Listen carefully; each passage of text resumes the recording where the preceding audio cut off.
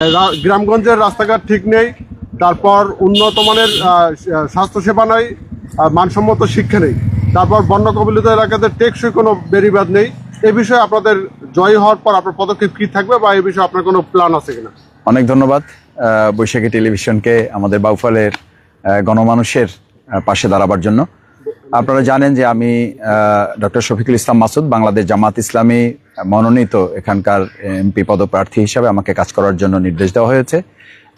ইতিমধ্যে আমি বিগত 15 বছর আমি আমার প্রিয় বাউফলের বাসীর সাথে আছি। তার মধ্যে আপনি জানেন যে আমাদের রাস্তাঘাটের অনেক নির্দেশনা এবং অনুমোদন হয়েছিল, কিন্তু যারা এই কার্যক্রমগুলো পরিচালনা করেছে তারা দুর্নীতিবাজ হওয়ার কারণে, তারা অসৎ হওয়ার কারণে যে কাজগুলো যেভাবে হওয়ার কথা সেভাবে হয় না। একটা রাস্তা শুরু হয়েছে, শেষ হতে হতে ওটা ভেঙে গেছে। এবং এর সাথে আর একটা দুর্ভাগ্যজনক ঘটনা, যারা ট্রলি চালাচ্ছেন বা ট্র্যাক্টরগুলো চালাচ্ছেন, এটা সম্পূর্ণ অবৈধভাবে চালাচ্ছেন, যার কারণে আমাদের যে রাস্তাগুলো ভেঙে সব নষ্ট হয়ে যাচ্ছে।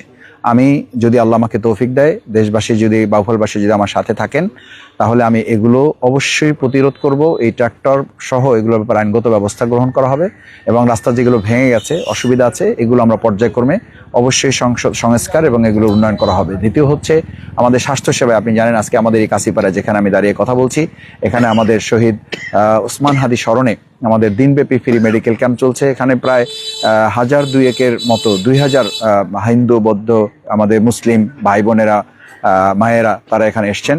এখানে চক্ষু বিশেষজ্ঞ আছে, এখানে মেডিসিন বিশেষজ্ঞ আছে, এখানে একটা মেডিকেল টেকনোলজিস্ট টিম এখানে আছেন, তারা ডায়াবেটিস, প্রেশার, ওজন এগুলো মাপা সহ। এখানে আমরা চশমা ফ্রি দিচ্ছি, ঔষধ ফ্রি দিচ্ছি।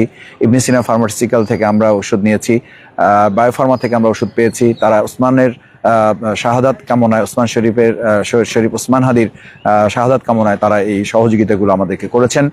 আমরা পাশাপাশি আপনি জানেন যে আমাদের বাউফলে আমরা কাগজির পোলে একটা ইবনে সিনা প্রাইমারি হেলথ মেডিকেল সেন্টার করেছি স্বাস্থ্যসেবার উন্নতির জন্য। আমাদের যারা অসুস্থ যেন তারা পাশে আমাদের থাকেন এবং তাদের পাশে আমরা থাকতে পারি। উন্নত চিকিৎসার জন্য আমরা ঢাকায় বিভিন্ন হসপিটালগুলোতে আমরা কথা বলি, তাদের সিট পাওয়ার সহযোগিতা করি। আইসিইউ যখন লাগে তখন তাদের জন্য সে ব্যবস্থাপনা, সিরিয়াল পাওয়ার সহযোগিতা। যখন চূড়ান্তভাবে তিনি সুস্থ হয়ে আল্লাহর রহমতে ফিরে আসেন, তখন আমরা তার মানে বিল কমিয়ে দেওয়া বা বিল দেওয়ার ক্ষেত্রে আমরা তার পাশে থাকি। পাশাপাশি আল্লাহ তাআলা যখন ফায়সালা হয়ে যায়, কেউ মারা যান, আমাদের বাউফলে কোনো মানুষ, আপনি জানেন যে আমাদের 12টা অ্যাম্বুলেন্স ফ্রি সার্ভিস আছে আমাদের। সেই ফ্রি সার্ভিসগুলো আমরা আমাদের এই বাউফলের মৃত ব্যক্তিদের জন্য তার পরিবারের পাশে আমরা দিয়ে থাকি। আমরা কোনো টাকা তাদের কাছ থেকে নেই না। একান্ত খুশি হয়ে যদি কেউ কোনো কিছু দিতে চান প্রতিষ্ঠানের জন্য, সেটা তিনি দেন, তাহলে আমাদের থেকে এটা ফ্রি সার্ভিস দেওয়া হয়। আপনি জানেন যে আমাদের বগার সেতু একটা গুরুত্বপূর্ণ জায়গা, সেটা নিয়ে আমি ইতিমধ্যে 3বার উপদেষ্টা মহোদয়ের সাথে দেখা করেছি, জনাব ফাউজুল কবির খান। উনি আমাদেরকে আশ্বস্ত করেছেন এবং আপনি নিশ্চয়ই জানবেন যে কার্যক্রমগুলো চলমান আছে এবং আমরা আশা করি খুব কম সময়ের মধ্যে এটা আমরা দৃশ্যমান দেখতে পাবো। পাশাপাশি শিক্ষা খাতে একটা গুরুত্বপূর্ণ সংকট এখানে আছে। সেই সংকটটা হচ্ছে আমাদের সন্তানদের হাতে বই খাতা কলমের পরিবর্তে তাদের হাতে কোনো কোনো ক্ষেত্রে প্রভাবশালী কিছু রাজনৈতিক ব্যক্তি এই 2024-এর 5ই আগস্টের পরও তাদের হাতে কেউ অস্ত্র তুলে দিচ্ছে, কেউ মাদক তুলে দিচ্ছে। তাদের বই খাতার পরিবর্তে আমাদের বিশ্ববিদ্যালয়, আমাদের সরকারি কলেজ, বিশ্ববিদ্যালয় কলেজ, যেটা স্কুলগুলো, মাদ্রাসাগুলোর যে মাঠ, সেগুলো কেউ কেউ বলেন যে এগুলো এখন মাদকের হাট হয়ে গেছে। তো এই জায়গাগুলো থেকে আমরা, যদি আল্লাহ তাআলা আমাদের তৌফিক দেন, বাউফলবাসী আমাদের সাথে থাকেন, এবং আমি লক্ষ্য করেছি বাউফলে একটা গণজোয়ার তৈরি হয়েছে দাঁড়িপাল্লার পক্ষে, আলহামদুলিল্লাহ।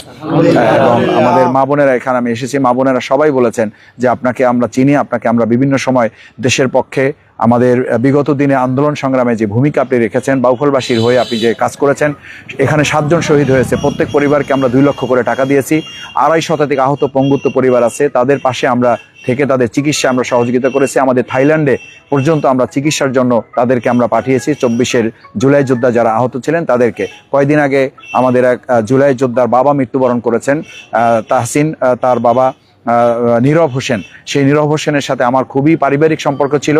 আমরা বলেছি যে তার পরিবারে দেখাশোনা করার জন্য যা দরকার হবে, একজন জুলাই যোদ্ধার পরিবার হিসাবে আমরা তার পাশে থাকব এবং তার চিকিৎসা এখনও সিএমএসে চলমান আছে। প্রয়োজন হলে আমরা বলেছি সরকারের সাথে আলোচনা করে তাকে আবার আমরা বিদেশে পাঠাবো। এভাবে আমরা বাউফলবাসীর সাথে আছি এবং বাউফলবাসী দেশে থাকবো। আমি খেয়াল করেছি বাউফলবাসীও আমাদের সাথে থাকার তারা প্রত্যয় ঘোষণা করেছে। কিন্তু দুর্ভাগ্য হচ্ছে, একটা কথা বলে শেষ করি, সেটা হচ্ছে যে আমাদের ভোটারদের মধ্যে এখন একটা উদ্বেগ, উৎকণ্ঠা কাজ করছে যে লেভেল প্লেইং ফিল্ড, প্রশাসনের নিরপেক্ষতা, এটা নিয়ে আমাদের সাধারণ ভোটারদের মধ্যে একটা শঙ্কা এখনো রয়ে গেছে। আমি এই গণমাধ্যমের মাধ্যমে অন্তর্বর্তী সরকার প্রশাসনের আমাদের বাউফল পটুয়াখালী যারা আছেন তাদেরকে আহ্বান জানাবো, ভোটারদের মধ্যে যে শঙ্কা এখনো কাজ করছে, প্রধান উপদেষ্টা যে ভোটকে একটা ঈদ উৎসবে পরিণত করার আহ্বান জানিয়েছেন, সেই ঈদ উৎসবে ভোটকে পরিণত করার জন্য তাদের অবশ্যই লেভেল প্লেইং ফিল্ড রাখবে। বিশেষ করে বাউফলের পুলিশ প্রশাসনের ভূমিকাটা জনগণের কাছে এখন পর্যন্ত প্রশ্নবিদ্ধ। তারা যখন কোনো দুর্ঘটনা ঘটে সেই ক্ষেত্রে তাৎক্ষণিক পদক্ষেপ নিয়ে সন্ত্রাসের বিরুদ্ধে তেমন কোনো দৃশ্যমান ভূমিকা না রাখার কারণে ভোটারদের মধ্যে সংকটটা তৈরি হয়েছে। আমি আশা করি পুলিশের ঊর্ধ্বতন কর্তৃপক্ষ এই বিষয়ে নজর দিবেন এবং বাউফলে যারা দায়িত্বরত পুলিশ প্রশাসন আছেন তাদের সাথে অন্যান্য প্রশাসনের যারা সম্পৃক্ত আছেন সবাই মিলে সম্মিলিতভাবে আমাদের ভোটারদেরকে সাহস যোগাবেন, ভয়মুক্ত একটা পরিবেশে ভোট দেওয়ার জন্য 12ই ফেব্রুয়ারি তারা উদ্যোগ গ্রহণ করবেন। আমরা বাউফলবাসীকে অনুরোধ করব সম্মিলিতভাবে আপনারা সকল অন্যায়ের বিরুদ্ধে প্রতিরোধ গড়ে তুলে ভোট কেন্দ্রে যাবেন, ভোট দিবেন এবং ইনসাফ এখানে বিজয় হবে ইনশাআল্লাহ। সংক্ষেপে বলবেন, বিজয়ের পর ভোটারদের প্রত্যাশা কি পূরণ কতটুকু হবে? আমরা আল্লাহর রহমত এবং আল্লাহর দয়া আর মানুষের দোয়া নিয়ে তাদের সমর্থন নিয়ে যদি বিজয় হতে পারি তাহলে আমরা বাউফলে বলেছি, আমরা বাউফলটা কোনো ব্যক্তির হবে না, কোনো দলের হবে না, বাউফলটা হবে সকলের, আধুনিক উন্নত মডেল বাউফল হবে। এবং এখানে যারা অন্য প্রার্থী থাকবেন বা প্রার্থী আছেন, আমি কাশিপাড়াতে বলে গিয়েছি, কাশিপাড়ায় একজন প্রার্থী ছিলেন মনির হোসেন ভাই, আমার অত্যন্ত শ্রদ্ধাভাজন। আমি বলেছি উনি নমিনেশন পাননি, না পেলেও ওনার যে পরামর্শ, ওনার যে সহযোগিতা, ওনার যে অভিজ্ঞতা, এগুলো আমি কাজে লাগাবো। এবং অন্য প্রার্থী যারা আছেন, যারা মানে জিততে পারবেন না, আল্লাহ যদি আমাকে বিজয় দান করেন, তাহলে তাদের যে অভিজ্ঞতা, তাদের যে পরামর্শ, তাদের যে সহযোগিতা, সমন্বয়, এটা আমি করে সমস্ত বাউফলবাসীকে সাথে নিয়ে একটা বাউফল পরিবার গড়ে তুলবো দলমতের ঊর্ধ্বে উঠে। ইতিমধ্যে অনেক সমিতি পরিচালনা করেন আমাদের সকলের শ্রদ্ধাভাজন জনাব নায়েব মোস্তফা কামাল।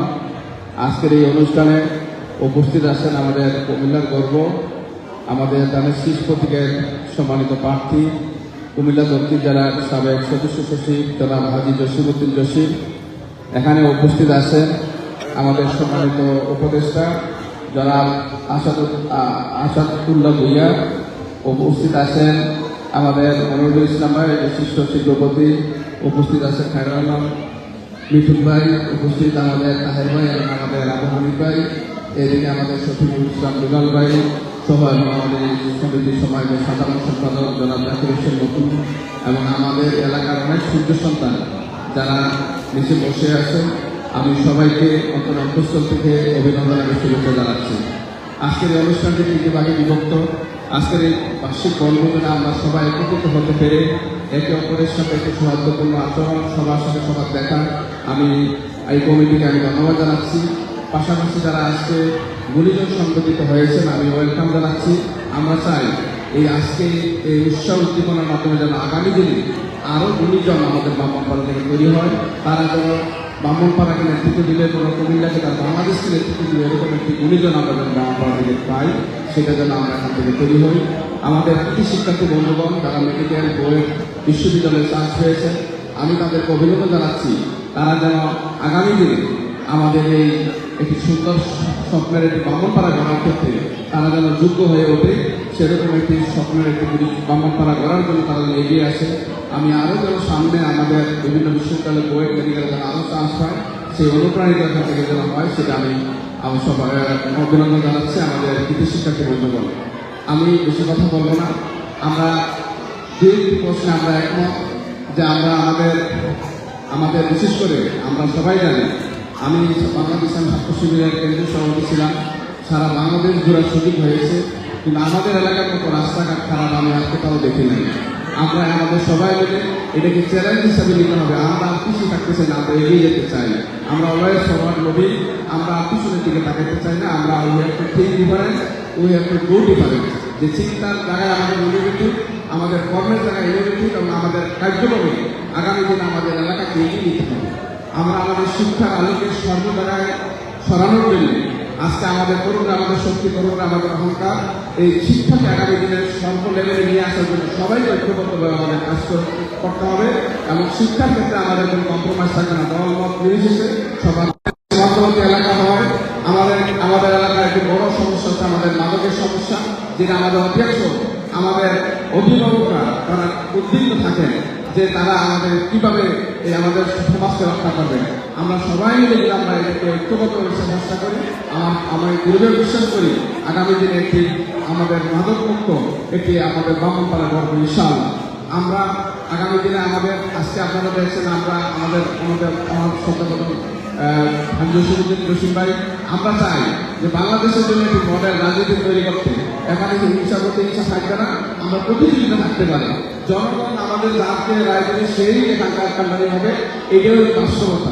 এই ক্ষেত্রে আমরা আরেকটা মডেল তৈরি করবো যে আমাদের ইতিপূর্বে আমাদের যে একটি আমাদের দেশে যে একটি মানে বড় ধরনের মানে একটা নেগেটিভ সাইড তৈরি হয়েছে যে বাংলাদেশে কোনো নির্বাচন হয় না, সেখানে কারচুপি হয়, সেখানে জোর করে দখল করে নেয়, এটা যেন আমাদের আর না হয়। আমরা সেরকম একটি মডেল আমরা তৈরি করতে চাই। আপনারাও সেই জায়গায় খেয়াল রাখবেন, আপনারা আমাদের অভিভাবক, আপনারা আমাদের গুণীজন, আপনারা এই ক্ষেত্রে কোনো কম্প্রোমাইজ করা যাবে না।